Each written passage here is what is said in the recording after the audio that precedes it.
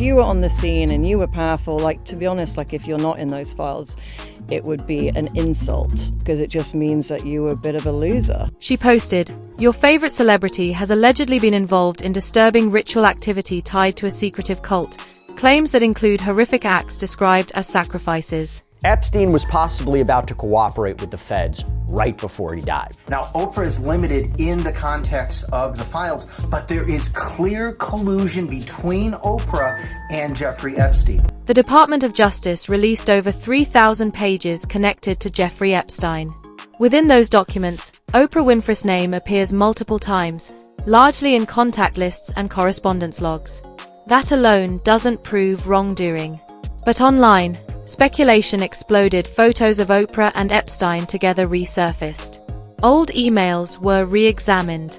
Social media began asking, how well did they really know each other? In this video, we're examining publicly released files and separating documented facts from internet theory. Oprah's name appears across filings, summaries, and archived communications. Being listed is not evidence of guilt. However, critics question why powerful figures repeatedly surfaced within Epstein's orbit. Some argue that high-profile associations may have unintentionally helped normalize Epstein socially before the full scope of his crimes was widely understood. Emails suggest Epstein attempted to rebuild credibility through connections to media and influential figures. Some claim certain emails circulating online are fabricated.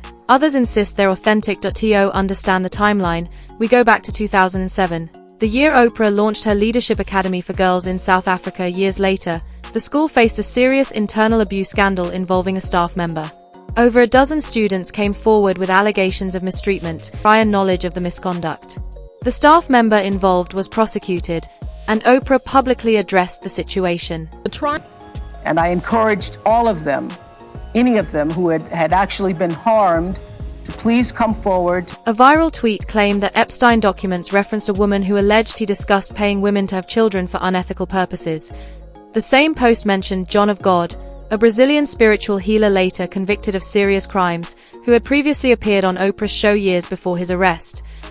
Online commentators attempted to connect these threads. Despite no verified evidence linking Oprah to those criminal activities, the tweet continued with shocking claims about underground operations and black market schemes. None of these accusations have been legally proven in connection to Oprah. Other controversial figures, including former guests on major talk shows, have since faced criminal charges unrelated to Oprah herself. The broader online narrative suggests corruption within elite entertainment circles, but separating fact from exaggeration remains critical. So how much do you want for it? Let's bid. I bid $500 for you. I'm prepared to outbid him anyway. Whatever I bid, he's going to outbid me. I bought about $60,000 worth of eggs. Yeah. If you have abortion, that's very valuable. Umbilical cord, placenta, even your period blood is so rich with stem cells. Yeah. We regard it as waste, and it actually should be. It should be captured as recycled, and it shouldn't go to waste. It's life for somebody, Him.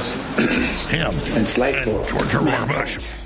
No, the best eggs are 60 to 18 years old. Those are the best eggs. 60 to 18 year olds. Your eggs get weaker and weaker. Yeah, that's what I was thinking. Yeah. So you may not be our top candidate. No, that's fine. I know it's my business anyway. Discussions about stem cell research and unethical medical practices have circulated for years in conspiracy communities. After Epstein's 2019 arrest, several celebrities posted vague messages about dark secrets within powerful industries. Nicki Minaj, for example, tweeted cryptic statements about elite circles. She didn't name specific individuals. But online audiences quickly tried connecting her comments to names appearing in the Epstein files. Interpretation filled in the gaps where proof did not. Here's what Nicki Minaj had to say. She wrote, "Your favorite artist has been practicing rituals in a satanic cult where they take babies from other countries and mutilate and kill them as a form of blood sacrifice to their god. You see, when your master is Satan, you must constantly shed blood. However, the jig is up." And yeah, she's not the first person in Hollywood to say that. I just don't know how much could be in our face anymore before we wake up and realize these people are ruling over us, and they win when we're fighting with each other. that's just the reality. I really don't see how you can have a ton of success in Hollywood and not be in the club, because Hollywood was founded upon this. I just don't really care what you call me. It's time for everyone to wake up. One major question remains. What exactly was Epstein planning at his New Mexico ranch? Multiple reports and testimonies suggest Epstein spoke openly about controversial ideas tied to genetics and reproduction. According to court reference statements, he allegedly discussed plans to impregnate women at his property as part of a long-term genetic experiment. Epstein reportedly expressed obsession with eugenics and selective breeding concepts. He wasn't hiding these discussions in secret rooms. He hosted scientists, academics, and wealthy donors at conferences and private gatherings. Whether those attendees endorsed his ideas remains unclear, but the conversations themselves raised alarm after his arrest.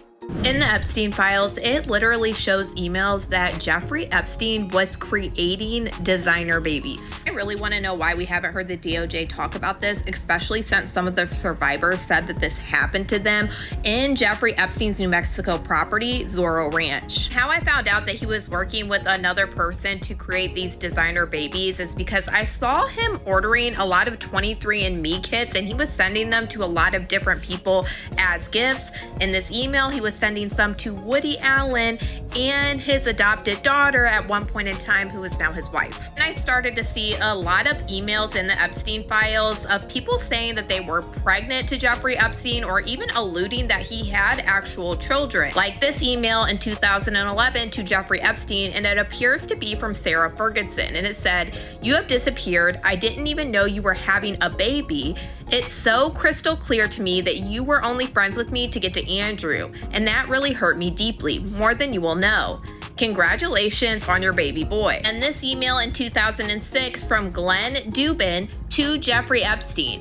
"I get pictures of you flying over Mount Fiji, and I have to find out from Benghazi that you have twin babies. Eva and I are so excited for you. Please send pictures ASAP." And Glenn Dubin says, "Test tube babies, just thinking." Started looking up the term babies in the Epstein files, and this is when I came across this. It was titled "Designer Babies" in August of 2018, and he has it on like an agenda. Then I found this email, and it's from Brian Bishop to Jeffrey Epstein, and it's "Designer Babies / Brian Bishop." So I looked up who Brian Bishop was, because I was like, why are they saying designer babies? And it says, Brian Bishop is a software engineer and a biohacker who gained attention for his attempts to fund and advance a do-it-yourself, or DIY, designer baby project using Bitcoin. His project aimed to utilize the CRISPR gene editing technology to engineer human embryos for enhanced traits,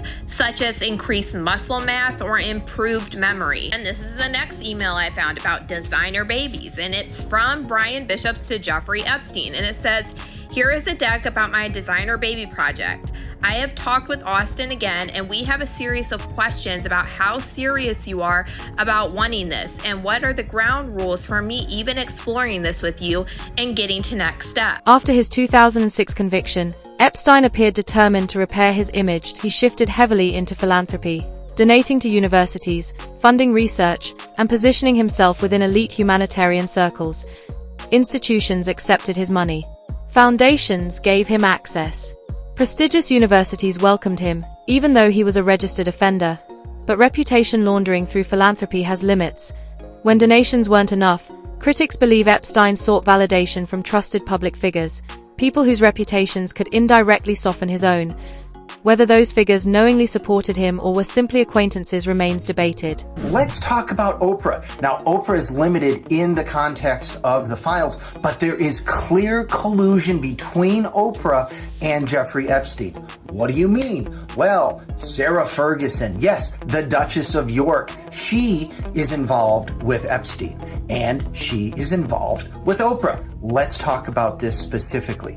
Sarah sent Epstein an email saying, "I want to make sure you aware I'm going on Oprah tomorrow, and she is going to ask me about my debts, the entrapment of last year, and the press about you in January." It'll be quick and at the top of the show, all of 10 seconds, a very small piece. However, I just wanted to make sure that you are aware of this and seek your advice on how you want me to answer it will be a tiny piece. This is straight up collusion. This is Oprah passing through a message to Epstein. And you know what? Jeffrey responded to Sarah with the answer that he was supposed to give. Jeffrey was unfairly characterized as a pedophile by the tabloid press. Many years ago, Jeffrey pleaded guilty to soliciting underage prostitutes. He paid his debt to society and has sought forgiveness. I have nothing more to say. This was in 2011. This is clear collusion between Oprah, Sarah, and Jeffrey. Oprah has publicly associated over the years with several powerful men later exposed for criminal misconduct, including Harvey Weinstein and others. The time, many of those individuals were widely celebrated in Hollywood. Weinstein, for example, was defended by major celebrities before the truth emerged. Critics argue that repeated proximity to controversial figures forms a pattern. Supporters argue that hindsight makes association look worse than it was. The real question becomes, how much?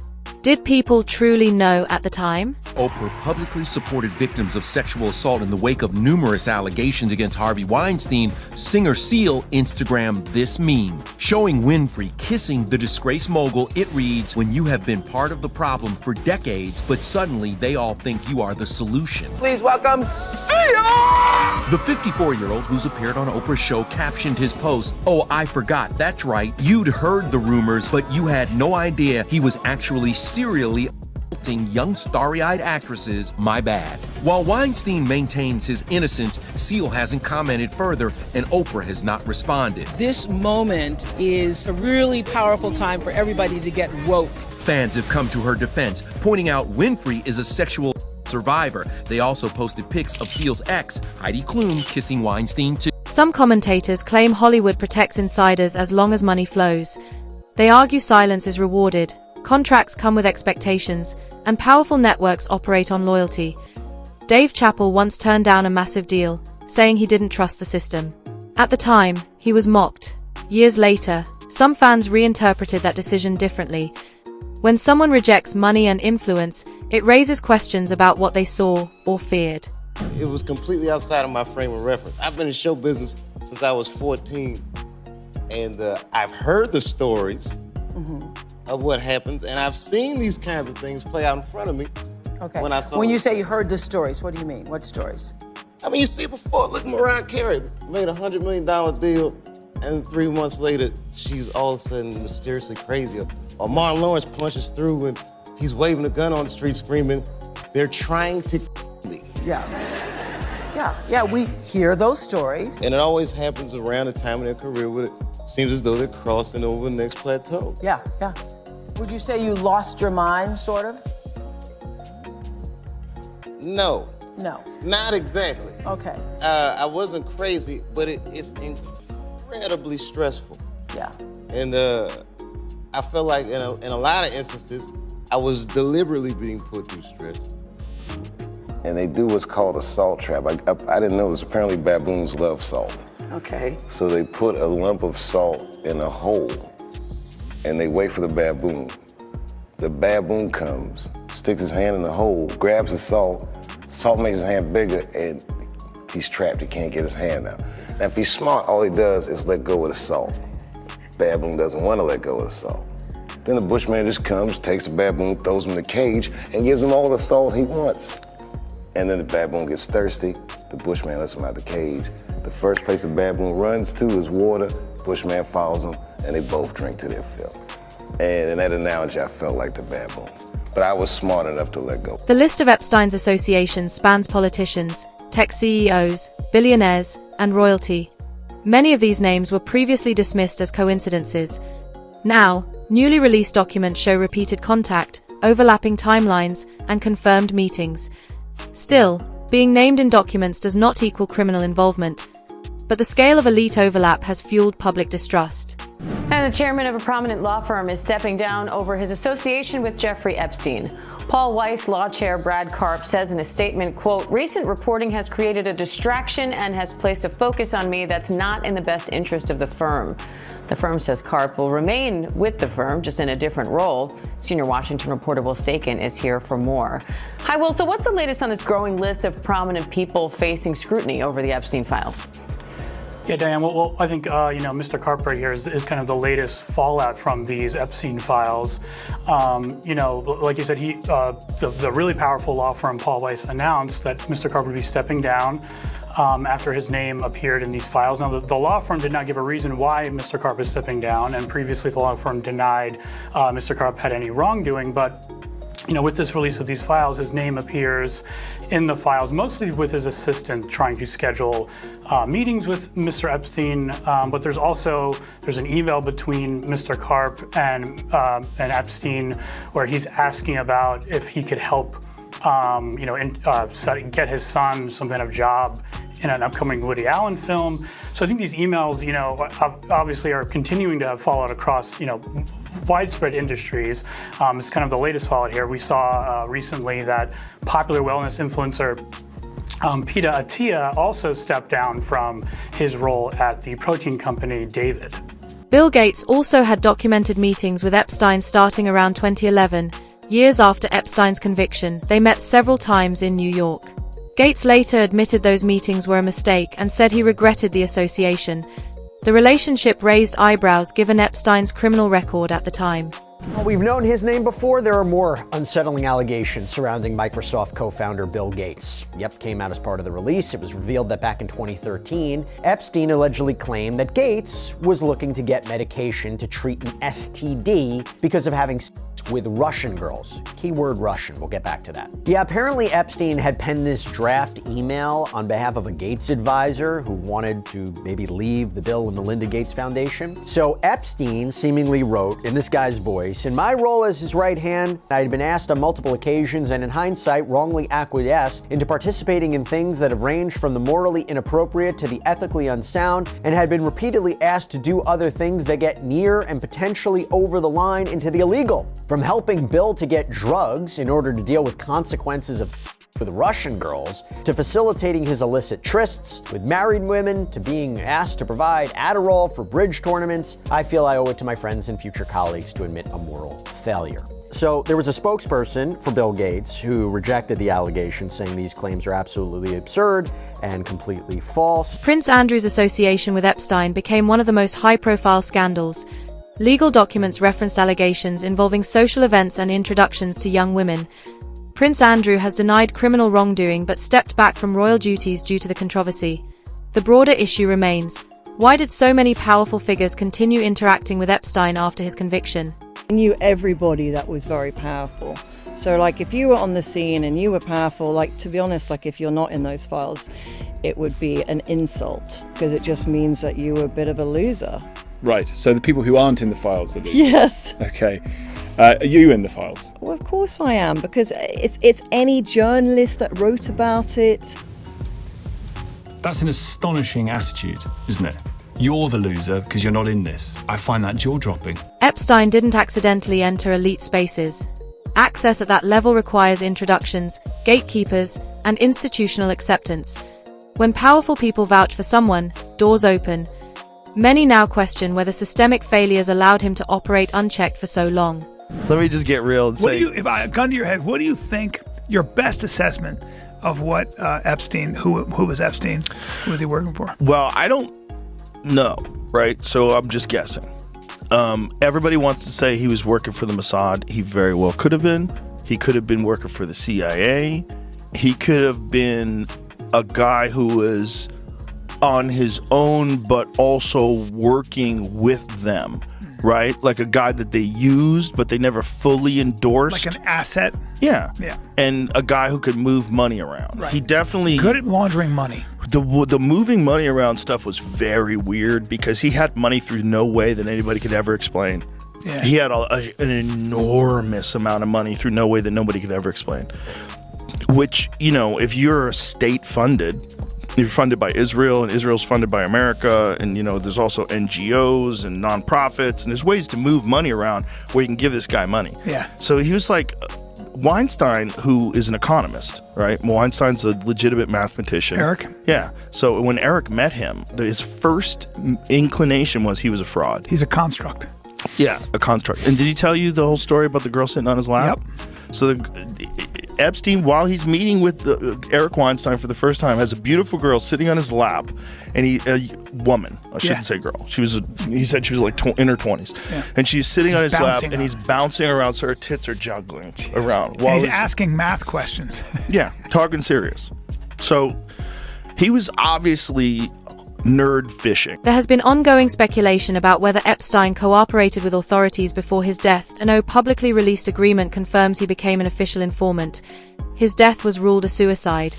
But malfunctioning cameras, sleeping guards, and unanswered questions continue fueling suspicion. If he had been naming names, even informally, the implications would have been enormous. Still, no verified public document proves such cooperation occurred. According to an FBI record, Epstein was possibly about to cooperate with the feds right before he died. That on July 29, 2019, his lawyers and the federal prosecutors in this case, in very general terms, discussed the possibility of a resolution of the case and the possibility of the defendant's cooperation. Cooperation's key. Defense counsel did not make a specific proposal, and they did not indicate what the nature of Epstein's cooperation might be, if any. But it was suggested that defense counsel contact SDNY if Epstein was prepared to accept responsibility for his conduct and/or they had a specific proposal for a resolution of this case. Okay, so maybe he was going to work out a deal and then he dies, right? That looks suspicious. This is a guy who had connections to the rich and powerful, potentially had a lot of information. Strange, he just dies, right? We're told to trust official conclusions, but for many,